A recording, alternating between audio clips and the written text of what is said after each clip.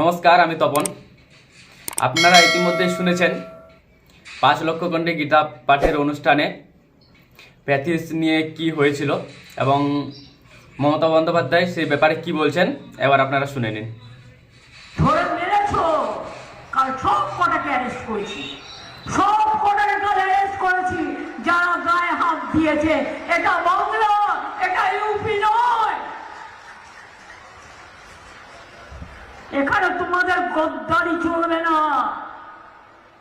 তো আমাদের মাননীয় পুলিশ মন্ত্রী, মাননীয় মুখ্যমন্ত্রী মমতা বন্দ্যোপাধ্যায় বলছেন আমি সব কটাকে অ্যারেস্ট করে নিয়েছি।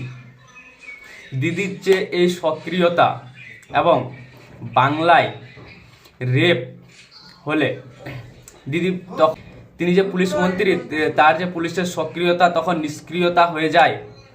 একটাকেও ঠিক সময়মতো অ্যারেস্ট করতে পারে না, আরজি করের মামলায় কিছু করতে পারে না।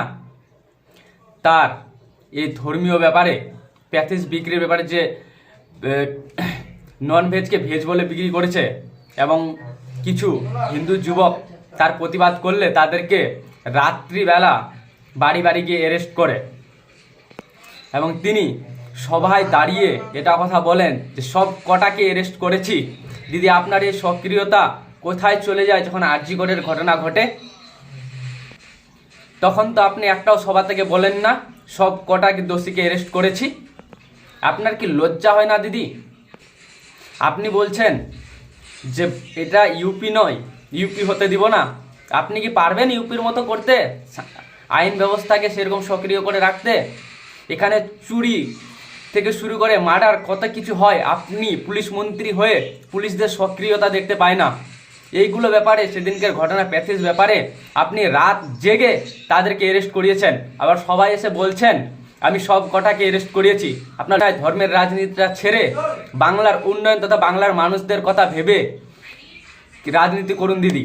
অনেক হয়েছে আপনার এই ধর্মীয় রাজনীতি করা।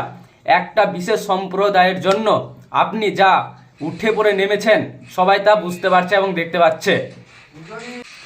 কার ধর্ম আবেগে আঘাত লেগেছে সে ভেজ বলে নন ভেজ খাইয়ে দিয়েছে। আপনি কি জানেন না? আপনি তো ব্রাহ্মণ বলছেন নিজেকে। আপনি কি জানেন না যে গীতা পাঠে যে কোনো সনাতনী নন ভেজকে গীতা পাঠ করে না? আপনার কি এইটুকু জানা নেই আপনি কি রকমের ব্রাহ্মণ?